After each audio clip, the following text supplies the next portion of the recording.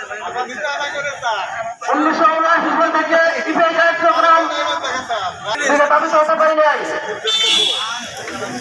আমরা দাবি আদায়ের লক্ষ্যে টাঙ্গাইল সিভিল সার্জন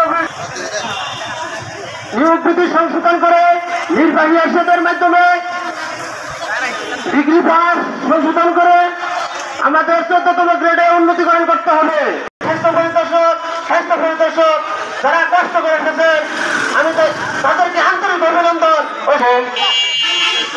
ইন্সপেক্টর এবং সহকারী ইন্সপেক্টর যারা আসছেন ধাপ এগিয়ে তারা বিশেষ করে আমরা বলতে চাই আমরা তাদের সাথে 11তম গ্রেডে উন্নীতকরণ। 5 নম্বর দাবি হচ্ছে টেকনিক্যাল পদমর্যাদা প্রদান এবং 6 নম্বর দাবি হচ্ছে এই দাবিগুলো আমরা যখনই যাদের কাছে যাই তারা বলে ন্যায্য দাবি কিন্তু উপরে উপরে বলে আর আমাদেরকে মাধ্যমে আমরা আমাদের দাবি ঊর্ধ্বতন কর্তৃপক্ষের নিকট জানাচ্ছি এবং সেই দাবিগুলো ঊর্ধ্বতন কর্তৃপক্ষ আশা করি পূরণ করে দেবেন। আমরা বাংলাদেশের জনগণের স্বাস্থ্য সেবায় কম কাজ করেনি। একমাত্র 2009 সালে এবং 2012 সালে এটি বেস্ট পারফরম্যান্স হয়েছে। যা কোনো অন্য কোনো খাত থেকে হয়তো এত পরিমাণে বেনিফিট ভিতর আইলার মতো আসুন আমরা পিছপা হব না। আমরা এখন এই মুহূর্তে বক্তব্য রাখার জন্য অনুরোধ করছি।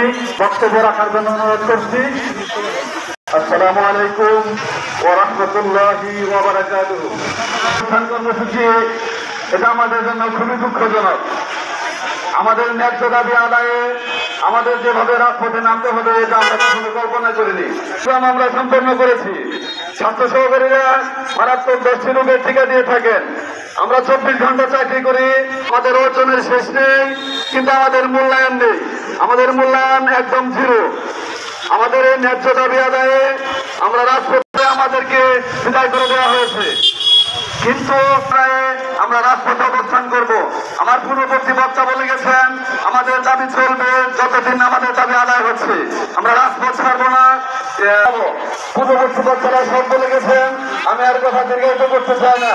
আমি শুধু এটুকু বলতে চাই নির্বাহী আদেশে আমাদের বিভিন্ন মিডিয়ার লোক এবং অফিসার আসতেছে এখন আপনারা অনুরোধ করি যে আপনারা সুশৃঙ্খলভাবে সাধারণ সম্পাদক আসসালামু আলাইকুম ওয়া রাহমাতুল্লাহি ওয়া বারাকাতুহু। ইন্নাল হামদুলিল্লাহ ওয়াসসালাতু ওয়াসসালামু আলা নাবিয়্যিল্লাহ ওয়া আলা আলিহি ওয়া আসহাবিহি।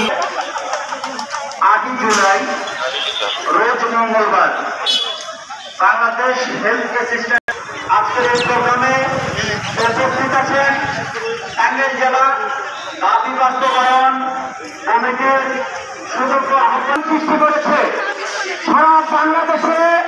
সারা বাংলাদেশে একযোগে সকাল 8টা থেকে 64 আজকে মাঠ করতে বৈষম্যের শিকার হয়ে সিভিল সার্জন মহোদয়ের কার্যালয়ে উপস্থিত হয়ে আমরা আমাদের সন্তানদেরকে সুশিক্ষায় শিক্ষিত করতে পারছি না।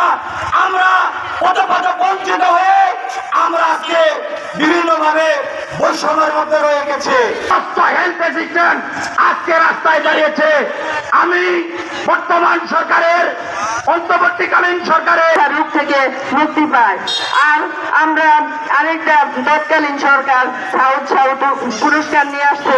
সেই পুরস্কারটা পায়ে হেঁটে যে আমরা কাজ করি, আমরা রোদেতে পড়ি, বৃষ্টিতে ভিজি, আমরা অনেক কষ্ট করে কাজ করি অথচ স্বাস্থ্য সেবার মূল কাজটাই আমরা করি।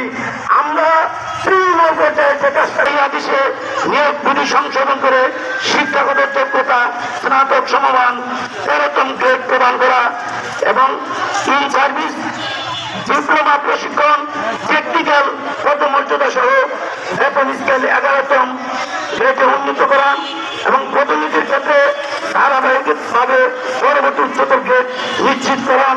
পূর্বে নিয়োগ বিধি অনুযায়ী নিয়োগ পেলেও কর্মরত স্বাস্থ্য সহকারীরা সকল স্বাস্থ্য পরিদর্শক অভিজ্ঞতার আলোকে স্নাতক পাস স্কেলে আত্মীয়করণ, বেতন স্কেল উন্নতিকরণ, সহকারী স্বাস্থ্য পরিদর্শক স্বাস্থ্য পরিদর্শক স্কেল অথবা উচ্চতর গ্রেড প্রাপ্ত হয়েছেন পরবর্তী পূর্ণ নির্ধারিত বেতন স্কেলের সাথে যোগ করে দিতে হবে। পূর্বে in service diploma SIT course সম্পন্নকারী স্বাস্থ্য সহকারী স্বাস্থ্য পরিদর্শকের ডিপ্লোমাকারী সম্পন্ন হিসাবে গণ্য করে সরাসরি 13তম গ্রেড দিতে হবে। আমাদের এখানে আমরা আগামী 1 সেপ্টেম্বর থেকে সারা বাংলাদেশে ইপিআই সহ সকল কার্যক্রম বন্ধ করে দিতে বাধ্য হবে। কাজেই আমি সেবা করার সুযোগে আমি পরিশেষে আমার তাহলে পশু পাখিকে আশরাফুল মাখলুকাত বলা উচিত ছিল। আজ আমরা স্বাস্থ্য সহকারীরা বাংলাদেশের এমন কোনো মানুষ নাই যার বাম হাত উঁচু করলে বাম হাতে দেখেন একটি স্ক্র্যাচ মার্ক আছে। যে টিকা দেওয়া হয়েছে সে টিকা কে দিয়েছে? বাংলাদেশের পুলিশ